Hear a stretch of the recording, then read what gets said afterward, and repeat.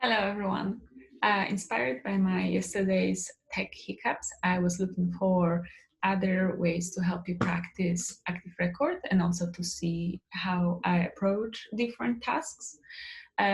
So I came up with this little practice that's based on more models. You will see that we are, deciding where the ID should live over and over again. And we also will just set up new models and associations from scratch. Because I know that some of you have finished all the labs and are feeling, more or less okay. I also threw in at least two bits that are a little bit more advanced.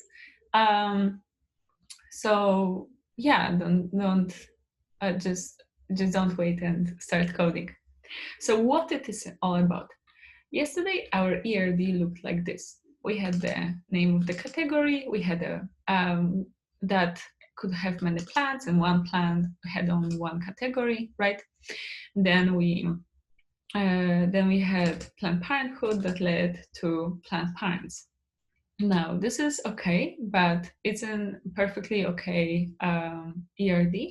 However, it's not really, in the real world, each plant could have many categories, right? Because, for example, a plant can be outdoor and a succulent, for example, right? Or it can be leafy and indoor, and so, or indoor and outdoor. And so I was thinking about introducing many to many relationship here, right?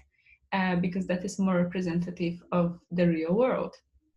Then the other thing is that currently the only relationship between a person and a plant we track is through ownership. But maybe, what about the situation when, I don't know, you leave for holidays and someone else waters your plants, right? So in that case, you would need, maybe you would like to also check this kind of relationship. And on the other hand, let's say we want to build an app that tracks when our plant was last watered.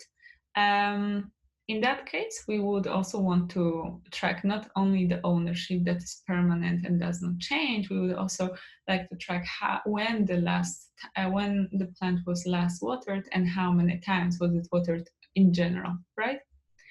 And so after we are done with the lecture, with this practice, our ERD will look like this. You will have two different relationships between the plant and the person. You see, this is no longer plant parent because not always you're the parent, right?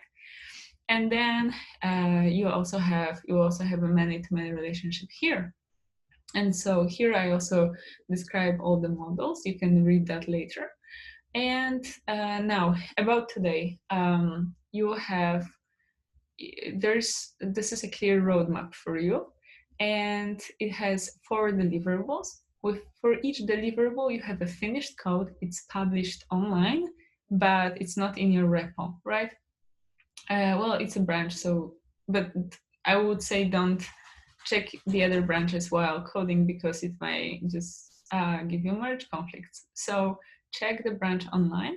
And I am publishing that only because maybe you want to have a reference. That's why I'm making it difficult. But I do not want you to have the code given to you, the finished code given to you on your computer, because I think that each of these deliverables, will make you like practice what you really need to do or what you really need to know.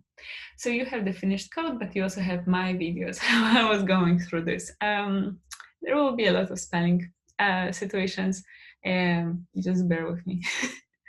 Okay, please know that we are here to answer all your questions, and so yeah, reach out.